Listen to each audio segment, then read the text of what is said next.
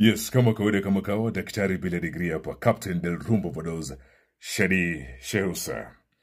And today, I just wanted to kidogo tu kuguzia safari yangu ya utangazaji.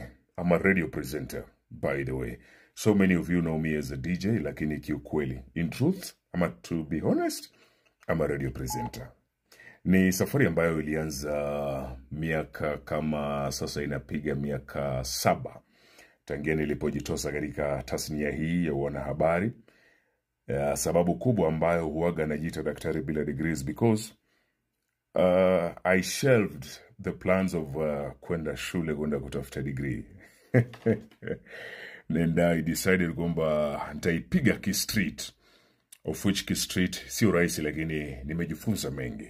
Safari yangu ya wanahabari ilianza mwaka 2018.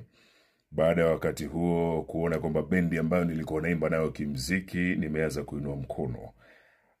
Sasa wakati ambapo niliondokea mziki, ndio nikaamua kwamba sauti ina uwezo wa kufanya kazi ya wanahabari.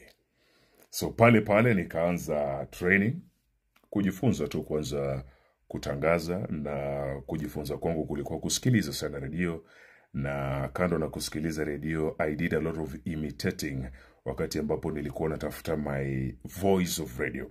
Kwa sababu mtangazaji atakwambia kwamba kuna kitu kinaitwa voice of radio. Ndio kwa maana ukinipigia simu wakati ambapo nipo katika shughuli zangu za kawaida, I sound very different with the I sound on radio.